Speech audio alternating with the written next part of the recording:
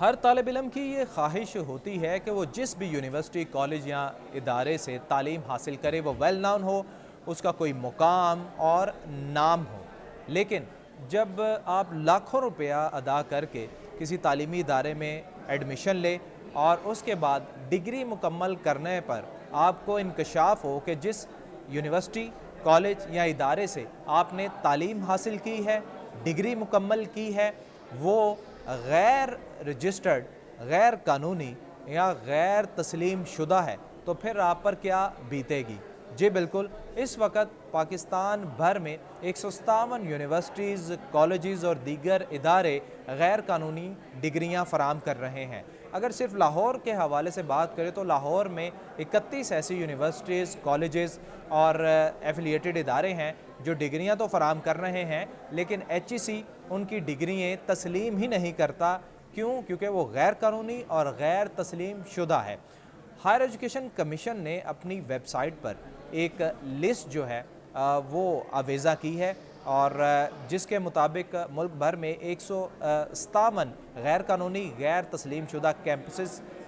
موجود ہیں جو کہ طلبہ طالبات کو ڈگریاں فراہم کر رہے ہیں۔ ایچ ای سی نے طلبہ کے لیے تنبیہ جاری کی ہے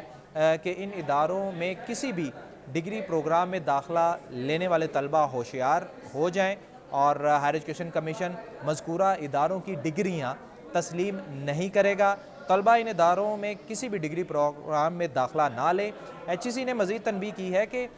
چارٹرڈ یونیورسٹیوں کی مخصوص جگہوں پر منظور شدہ کیمپسز تسلیم شدہ ہیں، اور چارٹرڈ یونیورسٹیوں کی لسٹ جو ہے وہ ویب سائٹ پر موجود ہے۔ کالجوں کی حیثیت کی تصدیق متعلقہ یونیورسٹیوں سے ضرور کریں، اور طلبہ جعلی، غیر قانونی اور غیر تسلیم شدہ ادارے جو ہیں وہ ان میں داخلہ ہرگز نہ لیں۔ اور ہائر ایجوکیشن کمیشن پاکستان نے اپنی ویب سائٹ پر طلبہ طالبات کی سہولت کے لیے لسٹ جو ہے وہ آویزہ کر دی ہے، اور اس لسٹ میں جو اہم نام ہیں وہ میں ضرور یہاں پر بتانا چاہوں گا، جن میں طلبہ طالبات کی زیادہ تعداد جو ہے